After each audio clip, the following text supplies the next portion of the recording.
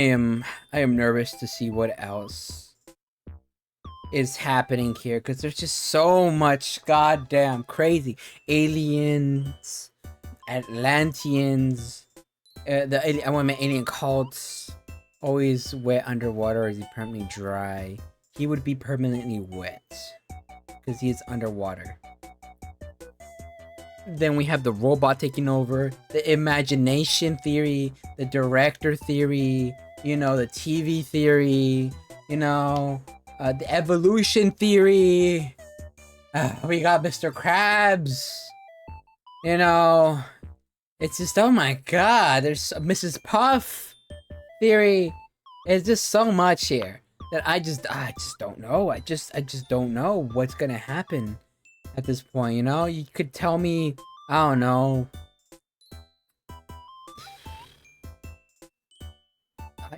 Even my most outlandish takes, it's like the fallout theory, like nuclear fallout theory.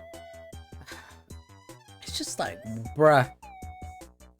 There's something I could say that might not be true, honestly speaking. So, you know what? Without further ado, YouTube, I do record this live on Twitch, so if you want to be here and part of the fun, go ahead and follow me there. And besides that, though, don't forget to like and subscribe, because that helps me very much, and I appreciate it a lot. I do. But without further ado, honestly, let's just get into it, you know? Let's get into this craziness.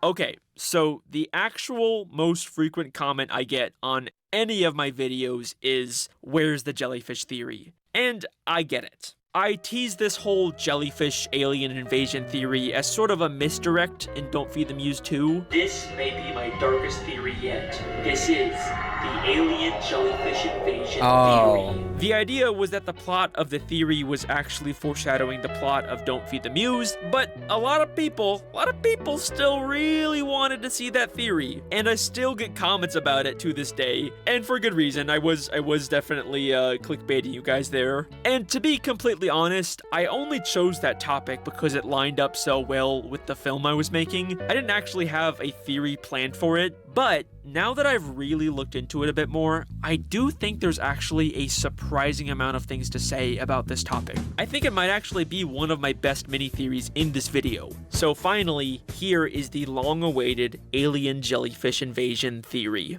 Aliens have invaded Bikini Bottom and taken the form of jellyfish. One by one, they replace the citizens of Bikini Bottom with... I feel like, don't we already have other aliens? The ones that were in Atlantis?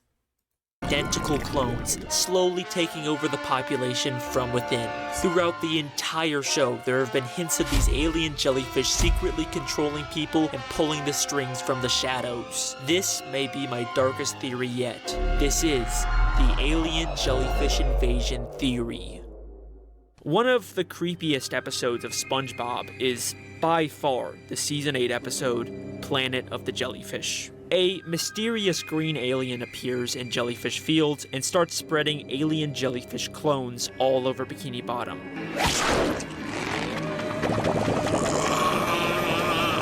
By getting the people to wear the alien jellyfish's hats, one by one they kidnap and replace the citizens of Bikini Bottom with identical clones. Whoa. This whole episode is very much a parody of the Invasion of the Body Snatchers films. Eventually, SpongeBob discovers the weakness of the aliens is none other than mayonnaise, and he uses it to kill the aliens and set everyone free. But how free are they, really? Afterwards, Mr. Krabs decides to resell all the remaining alien goo as a new Krabby Patty condiment. Freaky clone jelly relish! Oh my god, no! Mr. Krabs, stop! First you sell a fucking whale carcass, and now you're selling alien guts? Come on, where is it gonna stop, man? Where is it gonna stop? When are you gonna let your greed stop taking over your life choices, my guy? Get your freaky clone jelly relish patties! And the episode ends with Patrick ordering one of these patties, but without mayonnaise. I'll have one relish patty. Hold the man. We're left on this cliffhanger where Patrick might still very well be an alien clone. And that's it. It's been 11 years since this episode came out, and there has been no continuation of this story since then. So, is Patrick an alien? Are the Jellians still somehow around, secretly plotting another takeover? Well, before I answer that, I can actually tell you exactly where these aliens came from. The background of the title card for this episode shows a barren alien planet, but we've actually seen this exact planet before. In the season 4 episode, SpongeBob Tentacle Pants, Sandy is experimenting with a new teleportation device and accidentally sends SpongeBob and Squidward to an alien planet for a few seconds. Oh. Well, here goes nothing. Yeah, that is exactly the same. The exact same alien planet we see in the Planet of the Jellyfish title card. Now, the aliens we see on this planet don't really resemble the Jellians, so at first I thought maybe the Jellians were originally just a different species somewhere else on this planet, but then I noticed in the background we see this orange and yellow ringed planet that isn't present in the Jellyfish title card. Planet of the Jellyfish is obviously a parody of Invasion of the Body Snatchers, and in that franchise, the aliens invaded Earth because their original home planet was dying. So what if this planet was the original homeworld of the Jellians, but just like an Invasion of the Body Snatchers, the planet died sometime between SpongeBob and Planet of the Jellyfish, and that's why the jellyfish invaded Earth. The That would make spots on the sense. planet even look like a jellyfish. Okay, so that's where I think the That's a Jellians little came reach. from, but where are they The now? spots are a reach. The spots are a reach. I'm not gonna lie. All right, everything else you're fine. I can see where your story's going, but the spots no. Now, is Patrick actually an alien clone at the end of Planet of the Jellyfish? No, No. he's not. Yeah. And not because I just claimed he was a robot. The Jellian clones all have black eyes and act in a very obviously alien way. And Patrick here looks and acts completely normal. But then why does he ask for a Krabby Patty without mayonnaise? Because he doesn't like mayonnaise. Well, maybe it's as simple as he just doesn't like mayonnaise. Yeah. Also, no. And it's not because of this scene. Is mayonnaise an instrument? It's because of the way the season 4 episode Hocus Pocus ends. When SpongeBob somehow figures out how to perform real magic and Patrick asks SpongeBob to do this. Hey, SpongeBob, I'm still hungry. Will you turn me into a jar of mayonnaise so I can eat myself? Patricka, mayonnaise-a-ga. How does that Patrick could what? have asked SpongeBob to turn him into literally any food, and he chose mayonnaise. Mayonnaise is his favorite fucking food, which means there is no way he would ask to hold the mayo at the end of Planet of the Jellyfish unless he was being controlled by the Jellians. At least to some extent. Nah, So even if he's not a full-on nah. alien clone, I think he is being affected by the Jellian goo he ate. Yeah, But yeah. in a much more subtle, dormant way. It's kind of like how rabies has evolved to make people afraid of water, because the virus spreads faster without it. The Jellian goo is subconsciously making people avoid mayonnaise in order to keep itself alive. Now, there are little hints that maybe these Jellians are still around, influencing people in future episodes. Gary, Sandy, and even Patchy all mention later that they don't like mayonnaise. Gary hates mayo. I don't like mayonnaise neither. Party, you know I don't like mayo! And there was this shaman guy in season 9 that had a jellyfish on his head. But, you know, other than these random one-off moments, that's kinda it. So maybe there is a secret jellyfish invasion going on, but like I said, I chose this theory because it fit the film I was making, not because there's any smoking gun evidence to prove it all. Okay, where is it? I You're gonna mean, tell me it's not something. like there's a whole convention of people You're gonna wearing show it. jellyfish hats, right? Yep, there it is. Oh, All right. yeah, I forgot about these guys. I was like, there we go. I was like, usually he has this thing, right, where he's like, oh, he dismisses it, and he brings up one little thing that is a dismissive tone, but then it shows something that's like, oh, actually, and it reels you back in, you know? So, in the Season 2 episode, I'm Your Biggest Fanatic, we're introduced to the biannual Jellyfish Convention, where all the jellyfish enthusiasts in Bikini Bottom can meet up and enjoy their hobby. Wow, I can't believe it. We're actually here at the biannual jellyfish convention. Jellyfish are awesome. Now, there were people wearing jellyfish hats here before the Jellyfish Invasion episode, but it's maybe like 10% of the people. But 4 seasons after Planet of the Jellyfish, we get an episode called Jolly Lodgers where we see the convention again, and literally like 99% of the people there are wearing jellyfish hats now.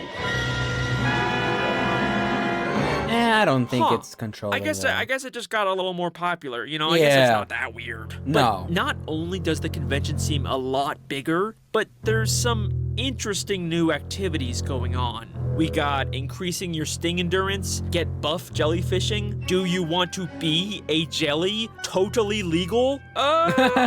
Maybe that's just like a little suspicious. And just listen to the way these people talk now.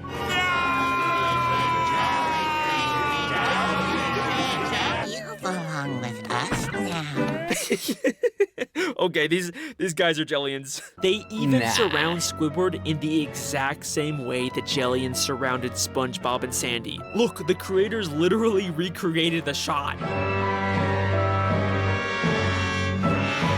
I'm not crazy, these guys are fucking Jellians. And we even see people still wearing these jellyfish hats after the convention. In one of the newer episodes in season 14, we see a random But fish. if you take it off, it should be fine, right? Because they don't need to control. I feel like the best way to tell, right, is after they put that hat on Squidward. If he gets controlled, that sure, there's damning evidence. But if not, then it's like, it's not. Then no.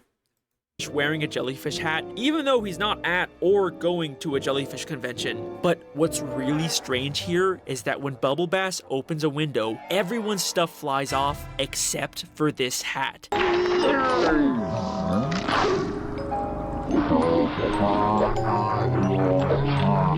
It is really stuck on there. It really feels like there is some kind of alien clinging to his head. We also see Kevin's fan club, the Jelly Spotters, again in season 14, except now they've all got jellyfish hats, and they've replaced their leader, Kevin, with Patrick.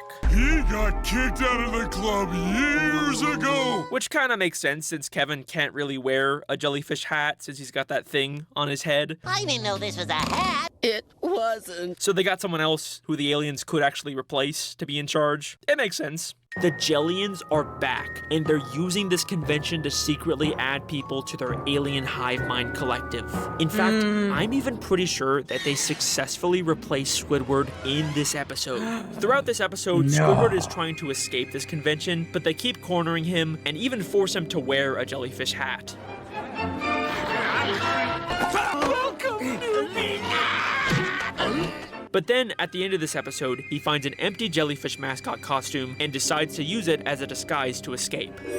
Say, if I put that dumb thing on, I can sneak out of here without anybody knowing it's me. And it pretty much works. He manages to get away from everyone else. I've got peace and quiet. I've got peace and quiet. But wait a second.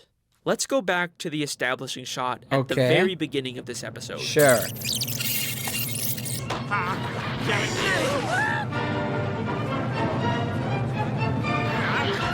Do you notice anything strange here, other than the stuff I've already pointed out? No. Hidden in the bottom right corner is the jellyfish mascot Squidward will eventually put on. But And it has squid if that's leg. the case, then why can we already see Squidward's feet coming out of it?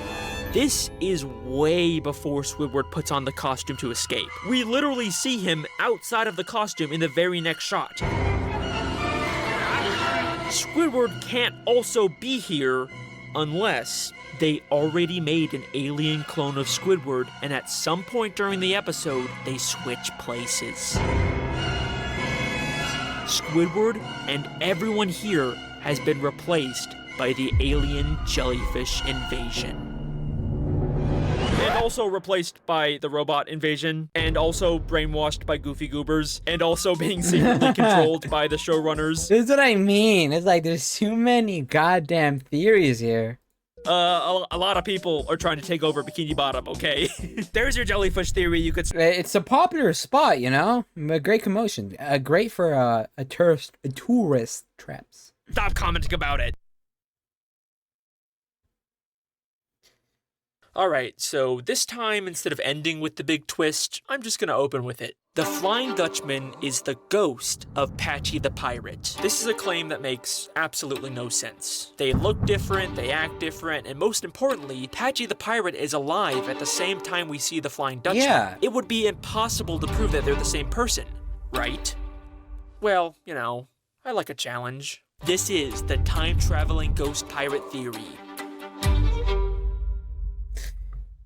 It make no sense, cause I mean, he's not a. I mean, you know, Patchy is a super fan of SpongeBob. While I forgot his other name, Flying Dutchman, is not. So it wouldn't make sense why he's suddenly not a fan anymore.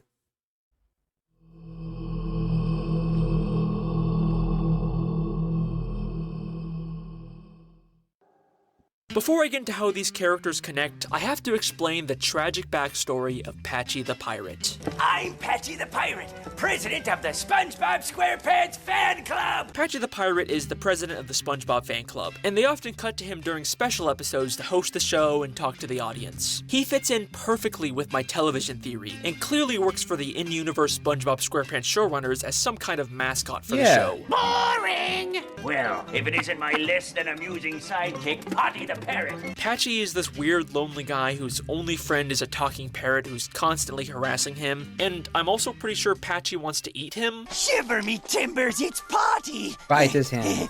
I wonder what parrot tastes like! But that's not what this theory is about. If you rewatch all the episodes with Patchy, you start to notice a bit of a disturbing development with his character. Patchy has devoted his entire life to SpongeBob, but that devotion is very one-sided, and the more time that goes on, the more resentful Patchy becomes of SpongeBob. In the season 3 episode Party Pooper Pants, Patchy throws a house party and tries to invite SpongeBob, but he doesn't show up. Say, you didn't bring SpongeBob with you, did you?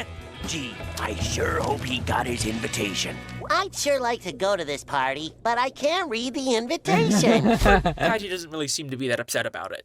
Ah, well. But then things start to take a turn in the episode The Sponge Who Could Fly. Patchy follows a map and goes on a crazy adventure to find the legendary Lost SpongeBob episode, and after finally getting it, this is what plays.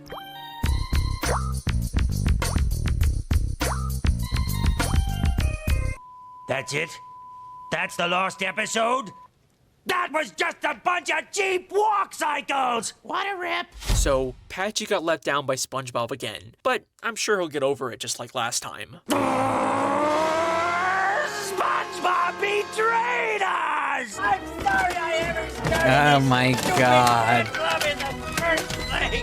Patchy has a full-on mental breakdown. Now, eventually he does find the real Lost episode and goes back to normal, but this is just the start of Patchy's transformation into a much darker character. In the season 6 episode Truth or Square, Patchy throws a massive television extravaganza to celebrate 10 years of SpongeBob. There is a ton of production value and celebrities that Patchy managed to get. There is no way SpongeBob wouldn't show up Crazy that I saw all those faces in there.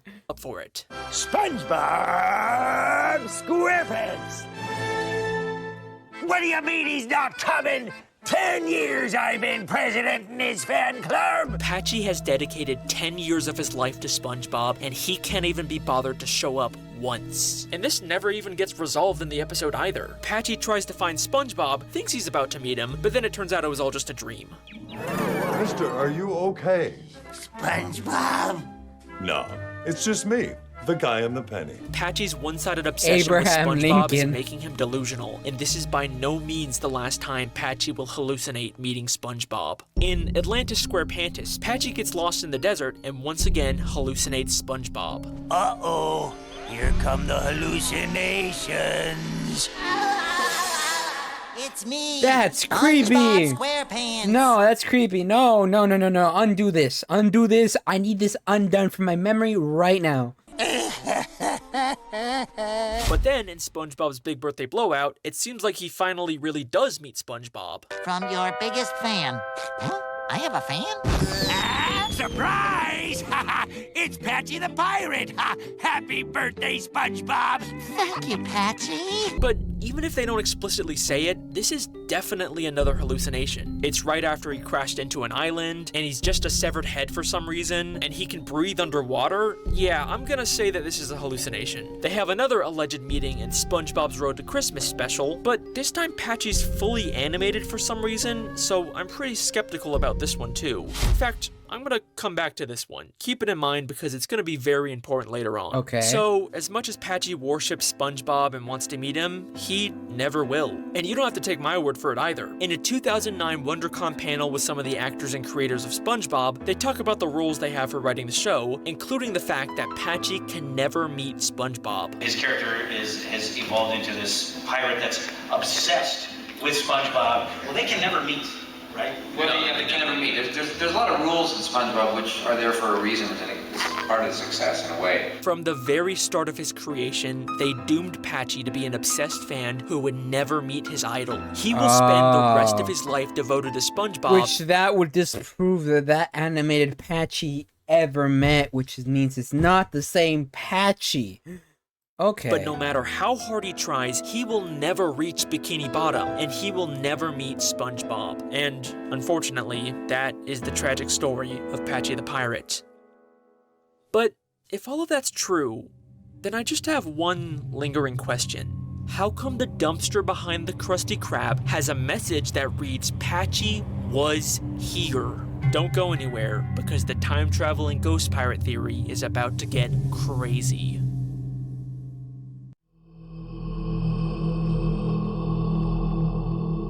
The origin of the Flying Dutchman. Alright. I'll come back to this message later, but first, we have to talk about the mysterious origins of the Flying Dutchman. The Flying Dutchman is the legendary ghost pirate that haunts Bikini Bottom. In a pirate ship, the Flying Dutchman descends on Bikini Bottom. The first time we hear about the Flying Dutchman is in the episode Squidward the Unfriendly Ghost, when SpongeBob finds a comic book about his origins. It's the origin of the Flying Dutchman. It says when he died, they used his body as a window display. No Now way. He haunts the seven seas because he was never put to rest. Now, I've always been a little skeptical about this origin, not just because it's claiming they put an actual human corpse up as display in a kid's store, but because the Flying Dutchman himself contradicts it. It's a little torn. Of course, it was the shirt I was buried in. He was never put to rest. If he was buried, then this origin can't be true. So, who is the Flying Dutchman actually? Well, when I rewatched all the episodes with the Flying Dutchman, I kept noticing that he seems to have some kind of fixation with SpongeBob in particular. In the episode Shanghai, he drops his anchor on SpongeBob's home, which leads to him having to briefly join the Dutchman's crew. Then, in Born Again Krabs, he's about to take Mr. Krabs' soul, but then immediately changes his mind when SpongeBob offers his soul instead. And even in the Camp Coral prequel show, he haunts SpongeBob as a kid. But strangest of all, in Ghost Host, the Dutchman's ship gets destroyed, and out of all the places in Bikini Bottom he could stay, he decides to stay with SpongeBob. My location where I'll be staying? Business or residence? Residence. And look at the way he mischievously smiles when he sees SpongeBob. It feels like this is personal for him, but why? The episode Ghost Host is actually the first time we get a bit more depth of the Flying Dutchman's character. At first, he spends all of his time torturing SpongeBob, but eventually, he just wants to stay and hang out with him. Though? Maybe stay with a friend for a while. Just for a little while longer. Even though his ship's already been repaired for 3 months. Actually, I have a confession, SpongeBob. My ship's been done for 3 months now. It feels like the Dutchman has some kind of vendetta against SpongeBob specifically, but also, deep down, he's just lonely and wants to be SpongeBob's friend. And does that remind you of anyone? Someone who's desperate to be SpongeBob's friend, but also has a deep resentment towards him. Okay, but there's like a bunch of reasons why the Flying Dutchman couldn't be the ghost of Patchy the Pirate. I mean, for starters, they look totally different, right? Different shirt, different hat, and most importantly, the Dutchman doesn't have the iconic hook and eye patch that Patchy does. Exactly. This is the point where I was about to give up and scrap this theory, but then I decided to rewatch the Season 1 episode, Arg, where SpongeBob plays a board game called The Flying Dutchman's Treasure that's actually based on the Flying Dutchman's real map. The Flying Dutchman's treasure hunt. Are you gonna tell me it was the same map he used when he was going after the treasure hunt episode? What is there to say that this also isn't a map that Patchy bought himself and is actually nothing to do with the Flying Dutchman and him being the same person? Done a real treasure map. And then I noticed something. One of the game cards actually shows a picture of the Flying Dutchman. I mean, look, he clearly has the same nose and face as him, but This looks like a picture of when he was still alive and had a darker black beard, but the hat he's wearing is not the usual Flying Dutchman hat. It is the exact same hat Patchy the Pirate No wears. hook, though. Okay, No hook. but he still doesn't have the eye patch and the hook hand, right? Yeah. Well, yeah, but here's the thing. Neither does Patchy. Patchy's hook is always switching hands, and he constantly takes off his eye patch, because Patchy isn't a real pirate. He's just right. pretending to be one. The great thing about Patchy is that he lives in Encino, California. But he's a pirate. But the only thing that makes him a pirate is that he says he's one and dresses like one. Okay, fine, but the shirt is still very different. You know, the Dutchman's is all open and it's got those stripy things. Patchy's is more fancy with the big white puffy collar and cuffs. Well, in the Curse of Bikini Bottom, we see the Flying Dutchman's closet and he pulls out the exact same shirt that Patchy wears. Same fancy puffy collar, same cuffs. Same shirt that Patchy wears. The exact same shirt that wears. Same. Oh shit! Yo, it's over. I fucking love these. Fine, okay? Maybe Patchy the Pirate and the Dutchman look the same, but I mean, let's be honest. Pirates could only dress so different, you know? that doesn't mean they're the same person. It's time we address the elephant in the room. The Flying Dutchman can't be Patchy's ghost because Patchy is alive at the same time we see the Flying Dutchman. Like, in order for this theory to be true, Patchy would have to die and then the Dutchman's ghost would show up, but they're simultaneously existing at the same time. Patchy even shows up during an episode all about the Flying Dutchman, and he even calls it his favorite episode. We're gonna see me favorite show, Shanghai. Ta-da! It is physically impossible for Patchy and the Dutchman to be the same person. Or is it? It Things is. are about to get stranger.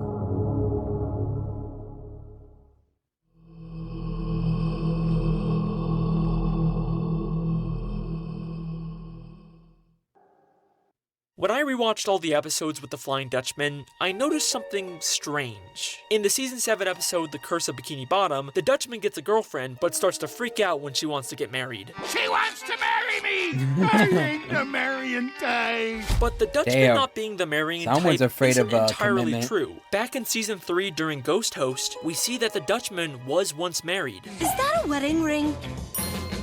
Oh, this show's nothing.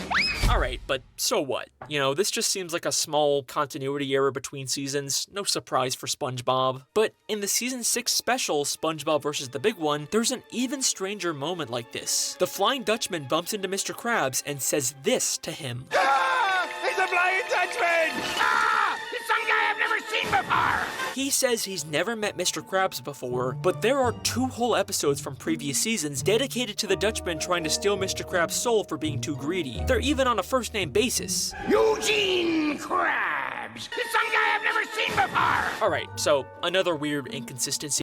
Yeah. And he's gonna tie this to the why this version of him is, I don't know, younger than that version of him. With a Dutchman, but I'm still not convinced that it's not just lazy writing. But back in The Curse of Bikini Bottom, there's a moment that cannot be written off as another continuity error. SpongeBob and Patrick accidentally shave off the Dutchman's beard, and the Dutchman claims the beard won't grow back for another 1,000 years. Your beard will just grow back. You know nothing of my facial hair! It'll take 1,000 years for my beard to grow back! But by the end of the episode, we cut to several months later, and his beard is back. The curse will wear off when my beard grows back. Several months later. She wants to marry me! It's not like this is just some plot point they forgot about between episodes. This several months later is in the same episode where the Dutchman says the beard takes 1,000 years to grow back. It'll take 1,000 years for my beard to grow back. Several months later. Why the fuck would they include this line if they were just gonna contradict it a few minutes later in the same goddamn episode? Calm down, Alec. They even blatantly mention that it's several months later twice, as if they're trying to make you realize how inconsistent it is. Several months later. Well, here we are several months later. So, what does any of this mean? Why are the writers of SpongeBob intentionally making the Flying Dutchman as inconsistent as possible? I mean, I don't. It's not enough for me. I don't believe it yet. Well, the only way that this makes sense to me is if we're seeing the Flying Dutchman non-chronologically. And by that I mean the Flying Dutchman is time traveling. Just bear with me for a second. For SpongeBob, only several months have passed, but for the Dutchman, it actually was 1,000 years later. The Dutchman didn't recognize Mr. Krabs in season 6 because for him, this is the first time they've met. And from his perspective, the episodes where he tries to take Mr. Krabs' soul haven't happened yet. Okay, this is the one obvious contradiction I made in this theory. Why wouldn't the Flying Dutchman know who Mr. Krabs is if he's supposed to be Patchy, aka the #1 fan of SpongeBob SquarePants? Yeah, that's even more condemning. Obviously, he would recognize one of the main characters of the show. So yeah, that's my bad. I think we could just throw this whole point away. I think the actual reason why the Dutchman doesn't recognize Mr. Krabs here is just because of the beard. And even if you take away this piece of evidence, I still think there's enough to make a case for the Dutchman having a messed up continuity. The Dutchman's not the marrying type in season 7, but he probably actually does end up getting married to the giant monster, and that's why we see him with a ring in season 4, because the past is the future for the Flying Dutchman. Whoa. Okay, let's calm down for a second there, Alex. Yeah. This time travel idea does fix a lot of problems with the Dutchman's continuity, but claiming a character has time travel powers is a major leap. I mean, don't get me wrong, the Flying Dutchman is a very powerful ghost. He can teleport, he can shapeshift, he can grant wishes, but we've never seen him manipulate time. You get 3 wishes. Wishes? I wish we had known that earlier. Okay, you got 2 wishes. Oh my god. That... I can't deny that. I cannot deny that. Okay. Alright.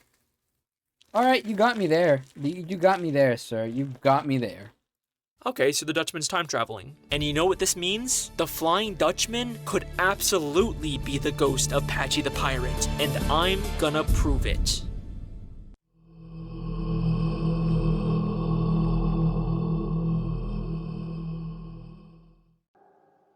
So, if Patchy the Pirate eventually becomes the Flying Dutchman, that means at some point in the future, Patchy is going to die. Except, here's the thing. I think Patchy is already dead in present day, and we have already seen his death on screen. What, are you gonna say the Christmas special I told you would be important later on? Are we gonna talk about the desert scene? It's the season 13 episode SpongeBob's Road to Christmas, and as of recording this, it's the latest episode in the SpongeBob timeline. SpongeBob does meet Patchy in this episode, but for some reason he's fully animated instead of using the usual live-action style. Ahoy, SpongeBob and Patrick! It's me, Patchy the Pirate! It honestly feels kind of creepy for some reason, especially since the creators themselves said that Patchy could never meet SpongeBob. Well, they can never meet, right? Well, yeah, they can never meet it. Is it possible that this isn't the real Patchy? Well, the last time we saw live-action Patchy was in SpongeBob's desert. Big Birthday Blowout, and that episode ended with him being fired out of a cannon and crashing into an island.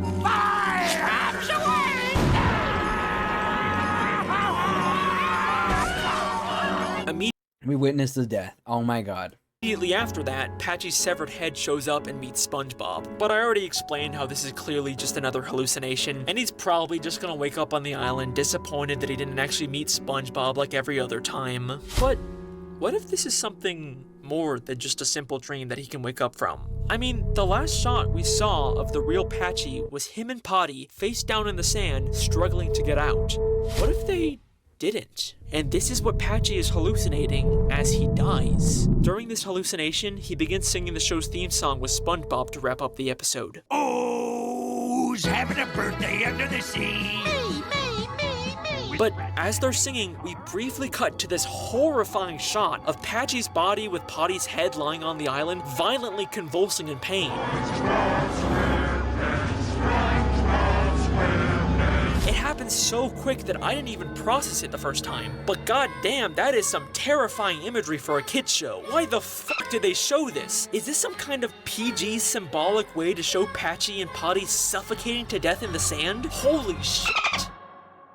Okay, this is definitely the darkest thing I've ever found in SpongeBob. I can't deny. Okay, I can't deny this. This is, bruh. I cannot deny this. This is actually dark in many ways. Wow. Okay, you know what? Maybe you're right. You know what? This might be solid. This might have some foundation to it. SpongeBob. Please enjoy this compilation of people's reactions to it. What the is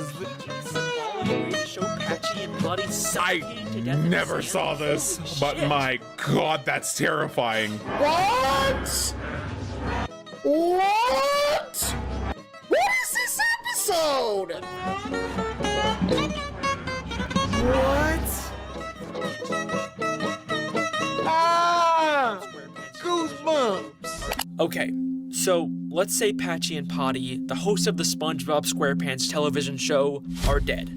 What happens now? Well, the show must go on. The Animated. SpongeBob SquarePants television show has to continue without him, but they need a new host to replace Patchy. Except, are they really gonna tell their young audience that their beloved Patchy the Pirate and Potty the Parrot are dead? No. Do the cheaper option. Get a VA and then animate it. Oh my god. They're gonna replace them with animated actors. And they're using actors.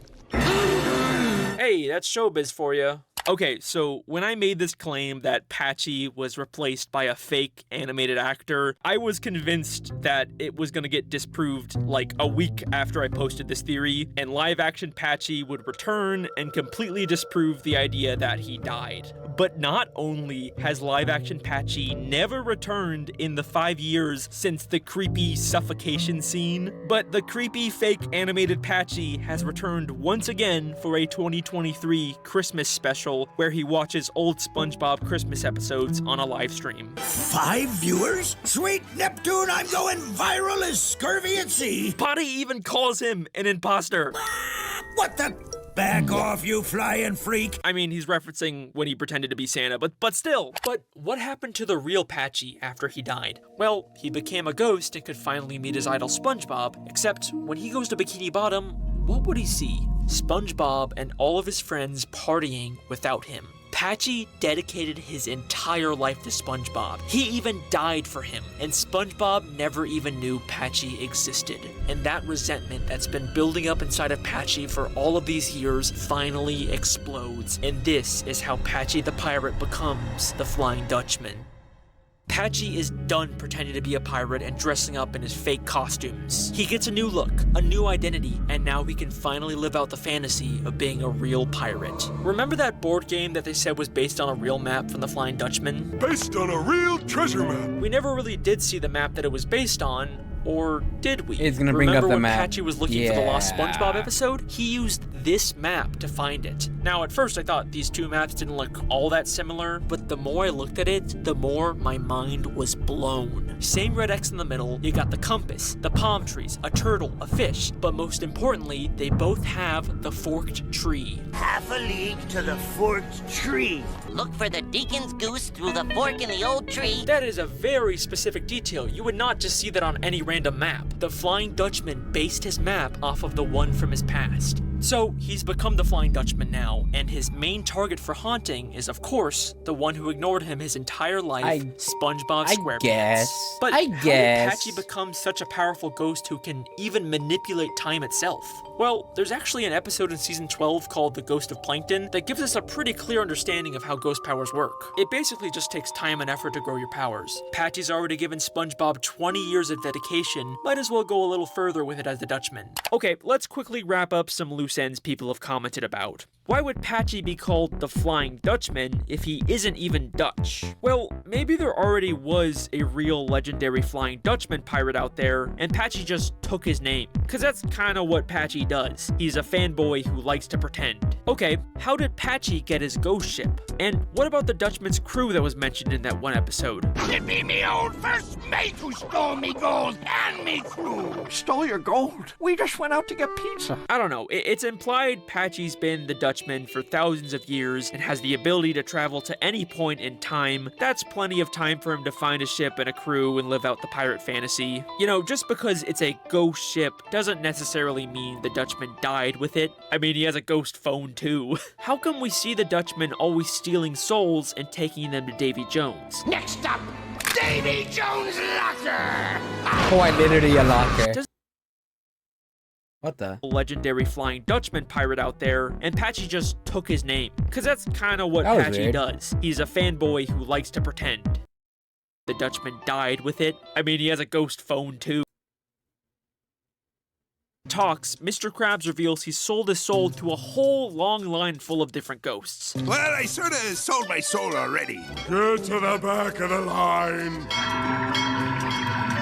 This is just speculation, but maybe stealing souls and giving them to Davy Jones is a way to make you a stronger ghost. It would explain why the Dutchman is such a powerful ghost who can even time travel. That should about cover everything. Back to the theory. Patchy travels back in time to visit all of his favorite, most cherished SpongeBob episodes, including his favorite episode, Shanghai. We're gonna see me favorite show, Shanghai. Except now, he's not just watching the episode. He's the one in control, and he's gonna make SpongeBob pay for everything he's done. And he's gonna make him pay over and over and over again. But then, we get to the episode Ghost Host. Patchy initially moves in with SpongeBob to torture him, but as much as he tries to deny it, deep down, he's still that devoted fanboy who just wants SpongeBob to be his friend. As much as he wants to pretend to be the Dutchman, deep down, Patchy is still here. And that is why, if you go to the Krusty Krab after closing, and you go out the back to the dumpster, you can still read the words, Patchy was here. Yes, he certainly was. And that, ladies and gentlemen, is the time-traveling ghost pirate theory. Not Thank bad. you very much. Not oh shit, what about bad. Potty? He died with Patchy too, right? What the hell happened to him? I can figure this out. Just give me a second. Let me just quickly rewatch every single episode of SpongeBob. Gotta watch the spin-offs too. Okay, let me see. The motherfucker ate him! I wonder what fairy tastes like. That is the time-traveling ghost pirate theory, baby! I am done! I did not see that one coming. See ya! What fairy tastes like. That is the time-traveling ghost pirate theory, baby! I am done! He ate his ass.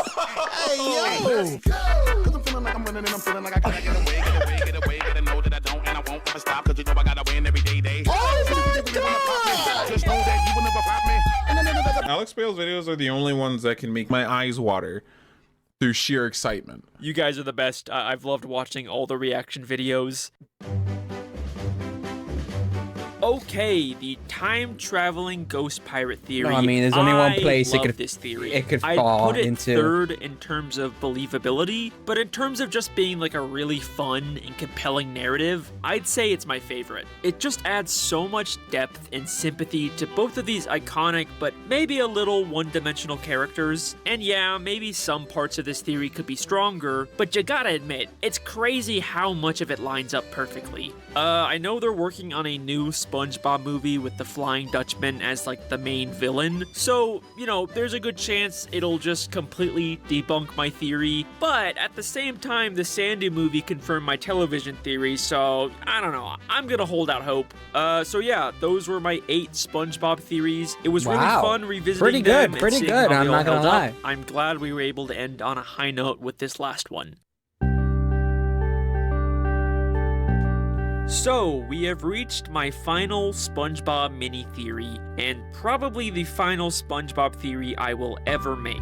And it's fittingly the theory that I teased in the final episode of Don't Feed the Muse. I'm going to be proving that Larry the Lobster is secretly a drug lord kingpin that goes by the name Pinhead Larry. This is the Pinhead Larry the Lobster theory. I saved this one till the end, not because it's the best or the most shocking theory I've ever made. It might not even be the best mini theory in this video, but I saved it because it's the most ridiculous sounding one. Larry the Lobster is a drug lord kingpin that goes by the name Pinhead Larry. Is one of the stupidest and funniest sentences I have ever come up with in one of these SpongeBob conspiracies. And I think that's the thing that I love the most about making these videos. It's that you can come up with the most ridiculous, stupid ideas about the most mundane and unsuspecting topics, like a random side character in a kid's show, and then if you can still actually somehow make a pretty good case for it, it's just the most unexpected and magical feeling in the world. And it's why I have loved making a theory about a time-traveling ghost pirate or a goofy goober alien death cult. It's why I have loved making each one of these theories, and why I'll continue to make theories about other stupid, unsuspecting, mundane topics after this. It's been a wild ride. Let's begin our final SpongeBob theory. All right. Let's go ahead. Oh, you gotta stop with this Breaking Bad intro. Stop. There's no need for all of that. In the Season 2 episode, Survival of the Fittest, Sandy Sleep talks about fighting two infamous criminals named Dirty Dan and Pinhead Larry. I've had enough of your dastardly deeds, Dirty Dan. I'm gonna get you and your partner, Pinhead Larry. She later mistakes SpongeBob and Patrick for the criminal duo, and attacks and even buries them alive with their own gravestones. Damn. It's obviously an iconic episode, but I've always wondered who exactly were Dirty Dan and Pinhead Larry. Sound like outlaws. All right, Pinhead, your time is up. Who you calling Pinhead? Were they real people, or were they just someone Sandy made up? Are they legendary outlaws she heard about, or someone she actually fought from her past? I think probably It's somebody she a hard fought. question to answer because they're really only mentioned in this one episode. The best we get later on is the words "Dirty Dan was here" written in graffiti on the back of a gym. Oh. That's at least what I thought, until I saw the Season 11 episode, Shopping List, where SpongeBob and Sandy travel to a snowy mountain and we briefly see them pass by two graves labeled Dirty Dan and Pinhead Larry. That's So we interesting. know they were definitely real people. Now, in the episode, Sandy seems kind of familiar with this area, and these are the exact same graves she recreated for SpongeBob and Patrick. So this seems to be implying that her dream was actually based off of a real memory of her fighting and killing Dirty Dan and Pinhead Larry here. Except, there's one problem with that. How did Dirty Dan write this graffiti if he's supposed to be dead? I mean, I know it's not like we see when this graffiti was written, but it wasn't left on just any old random gym. It was written on the back of Larry the Lobster's gym. A gym that we saw Larry open in Season 9. What you see before you is the culmination of my lifelong dream, Larry's Gym. Meaning this graffiti must have been written Somewhat long recent. after Sandy would have fought and killed Dirty Dan and Yeah. Pinhead Larry. So, how is this possible? How could Dirty Dan write this on Larry's gym if he's supposed to be dead? I think this means that the real Dirty Dan and probably also Pinhead Larry are not actually dead. They probably faked their deaths and are alive somewhere in Bikini Bottom. But where, and more importantly, who are they? Wait a second. Why would Dirty Dan write that he was here at this specific gym? Larry's gym. You don't think Larry the Lobster could be Pinhead Larry?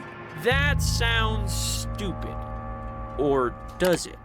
I mean, it would explain why Dirty Dan would risk exposing that he's still alive at a place Sandy probably frequents. Maybe he's leaving a message for his former criminal partner. Okay, let's not get ahead of ourselves. So, they're both named Larry, and you definitely could say he has a pin-shaped head. But Larry is friends with Sandy, and he definitely isn't a criminal. And I feel like she would recognize Maybe him. we need to take a closer look at our lobster friend. I feel like she would recognize him, no? I rewatched every single appearance of Larry the Lobster in all 14 seasons of SpongeBob, and here's what I learned. Larry cares a lot about staying in shape and working out, to an obsessive degree.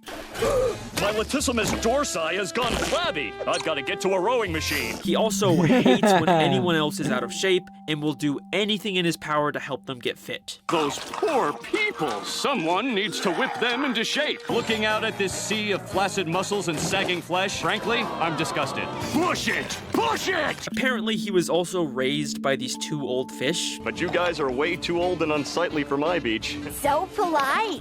Just like we raised him. And to further confirm this, the same old ladyfish later says this during the Alaskan bullworm incident. We should call my nephew. Sounds like she could definitely be referring to Larry here. Yeah. So I do think they're supposed to be his aunt and uncle. Maybe. We also know he loves protein shakes. Protein shakes saved my life, bro. He used to be a lifeguard, but recently fulfilled his lifelong dream of opening up a massive gym. The culmination of my lifelong dream. A place of my own where I can work out every day, anytime I want. He's not the most complex character. Very, and there's definitely very nothing here to one-dimensional. indicate that he's the former infamous outlaw Pinhead Larry. No. Except for one teeny tiny Okay. detail in the season What is 12 it, episode, man? The Nitwitting. Just In tell this me. episode, we very briefly see Larry working out at his gym, but we can clearly see that he's drinking a kelp shake. And that wouldn't mean anything to you unless you remembered the season 4 episode, Best Frenemies. In this episode, a new restaurant opens up selling something called a kelp shake. We love the kelp shake. A new store on my block. Everyone's enjoying a delicious kelp shake. They pop up out of nowhere, and we never find out who was really running them. The kelp shakes have an initial bad taste, but they are extremely addictive. This tastes like a wet gym sock. Hey, this ain't half bad. This is amazing. Like, to the point where people basically get hooked on it like a drug. Crabs, we're all out of juice. Well, we gotta get more. The Kelp Shake restaurant is later shut down, and the shakes are banned because apparently they have some kind of radioactive material substance. in them. Yeah. It'll take decades to clean this hazardous material up. I sure feel sorry for whoever drank this. But then why does Larry have the same banned kelp shake 8 seasons later? Maybe this is just a random throwaway Easter egg? I mean, we never see him with a kelp shake again, just the generic protein shakes. Except, let's take a closer look at those protein shakes. Okay. In the season 11 episode, Larry the Floor Manager, Larry briefly takes over as manager of the Krusty Krab and turns it into a gym. Now we only serve salad and protein power shakes. He forces SpongeBob to sell protein shakes, and even though the cups look different, the color of the liquid is the exact same as the kelp shake. They even seem to have the same initial bad taste. But what about the side effects? You like? No, Larry. No. I think every time Larry drinks or sells a kelp shake, he is actually selling the illegal, addictive kelp shakes from Best Frenemies. Now, we never see anyone grow any green hair, Yeah, but knowing so what we what know about the about side Larry, effects? there's no way he would be drinking it himself if it had the same side effects. I think Larry was the one behind the original kelp shake restaurants. But after they were banned, he tweaked the recipe and started secretly reselling them as rebranded protein shakes. How else do you even explain Larry having the same kelp shake here 8 seasons after they were banned unless he's the one making them? In Squid Plus One, he even admits that he's the one who makes his protein shakes. I just need to stop by the apartment and make myself a protein shake. This explains how a lifeguard could suddenly afford to open a massive gym. He's secretly a kelp shake drug lord kingpin. And if you still don't believe me, we see Larry standing next to a protein shake store called Protein Fiend that has a green kelp logo and the word kelp shake on the sign, clearly referencing the kelp shakes. And this is also the episode with the Mrs. Puff newspaper, so you know the creators were like in a hiding lore mood. There are too many connections here for this to be a coincidence. Larry the Lobster is the criminal mastermind behind the kelp shakes. But does this also mean that he was the former infamous criminal, Pinhead Larry, who faked his death? I don't think it Well, has. believe it or not, Larry the Lobster has also had a near-death experience in his past. In Squid Plus One, Larry mentions that the protein shakes saved his life. Right, You he don't did. need that glop. Oh, I wouldn't call it glop. Protein shakes saved my life, bro. Like, what does that even mean? Okay, hear me out. What if this is how he survived his death? Sandy killed him and his partner, but the radioactive properties of the kelp shakes brought him back to life. Protein shakes saved my life. I don't know about so, that. of course, Larry would continue to drink and sell these kelp shakes. They literally saved his life. Even if they're radioactive and illegal, to him, this is a way to help himself and everyone around him become stronger, the thing we know he wants most of all. It explains why he gets so defensive when Squidward insults his protein shakes. I love protein shakes. Damn. Okay, but there's still an obvious issue here. If Sandy killed Pinhead Larry, why doesn't she recognize him now? Yeah. Well, I think we get a possible explanation to this in the Camp Coral spin-off episode, Game Night, where the camp counselors play a board game called Lobster Trap. If you take away the beard and the eye patch, the lobster on the box looks exactly like Larry, a direct clue about Larry the Lobster being a criminal. Just like that Flying Dutchman game, I think this game is based on the real legendary criminal Pinhead Larry. This explains why Sandy wouldn't recognize Larry the Lobster. Either this is a criminal disguise he wore, or, and I'm just speculating here, it's actually what he used to look like and the healing properties of the kelp shake fixed his eye. I feel like, yeah, that makes sense. Plus, other ones would look the same. I mean, we've seen relatives of Mr. Krabs, right? And besides the clothes change and general size, they all look the same, no? So I could see this being a possibility. And if you're still not convinced about Larry's criminal connections, I've saved my best evidence for last. Remember that old lady that raised Larry? So polite. We should call my nephew. She's just a sweet old lady. There's no way she would have raised a criminal mastermind, right? Well, in the Season 9 episode, Patrick Man, she is revealed to be none other than the Dirty Bubble. Oh, dear! The Dirty Bubble? This random old lady was actually one of the most notorious criminals in Bikini Bottom all along. Man Ray's partner in crime, the Dirty Bubble. Mermaid Man and Barnacle Boy's arch nemesis, the Dirty Bubble. And I know what you're thinking. Maybe this is just a disguise he wore in this one episode. It doesn't necessarily mean this old lady has always been the Dirty Bubble, but I checked everywhere, and I can confidently say that we have never seen the Dirty Bubble and this lady in the same scene. Anywhere and else? She's a pretty common background character. Also, she lives in the same retirement home as the Dirty Bubble's nemesis, and we see her constantly in the background watching them. She is literally the perfect cover for the Dirty Bubble to spy on them. But most damning of all, this old lady is friends with and even went to high school with Man Ray. Why, hello, Ray. Mabel! I haven't seen you since high school. Larry the Lobster was raised by the Dirty Bubble, explaining how he became the infamous criminal known as Pinhead Larry. And wait a second. Pinhead Larry was raised by the Dirty Bubble? The only criminal we know in the show whose entire gimmick is being dirty.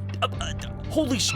The Dirty Bubble is Dirty Dan. It fits too perfectly. This would also explain how Dirty Dan faked his death. The Dirty Bubble is constantly being killed and later brought back to life with a bubble blower. The Dirty Bubble and Larry the Lobster were the infamous criminal duo Dirty Dan and Pinhead Larry. After nearly being killed by Sandy, they changed their identities and split up. The Dirty Bubble continuing his criminal pursuits with his new partner Man Ray, and Larry the Lobster choosing a more subtle approach by secretly selling illegal kelp shakes. And even though they've been apart for years now, the Dirty Bubble still left a little reminder to his old partner. Dirty Dan was here.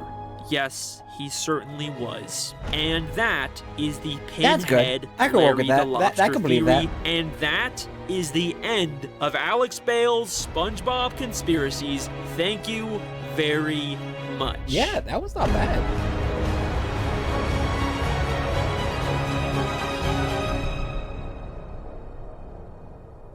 Okay, I'm done. That is every possible SpongeBob theory I can think of. I got no more. I have fully emptied my brain of every stupid SpongeBob thought I have ever come up with. There is no more reason to ask me for more, okay? Remember when I said I wasn't gonna complain in this video?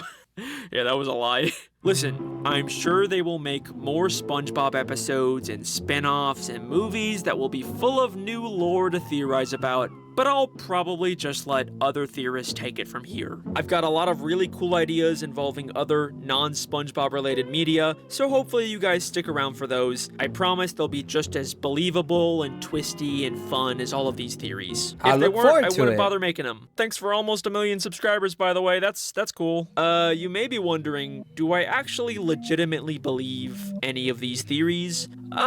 Yes and no. Do I think they were all actually intended by the creators 100%? Nah. No, probably not. I think there's a nugget of truth in each of these theories. Like, yes, they clearly intended to give the show a nature documentary framing device. And yes, Mrs. Puff is clearly supposed to have a shady criminal past, but I don't know if the creators ever actually thought about it much more than that, and most of the crazy lore connections I find can probably be explained away as just Easter eggs, coincidences, lazy writing, or just animation mistakes. I'm sorry if admitting that ruins the fun for anyone, but I don't think that means that these theories are just a bunch of I bullshit recognize or a all waste these of time. background You know, songs. I believe you can find meaning in art beyond just what the creators intend, even in a silly cartoon made for kids. And those interpretations are still just as valid and entertaining. To me, that's the whole appeal of fan theories. So when I get comments saying, it's just a kid's show, it's not that deep, you're overthinking it. Yeah,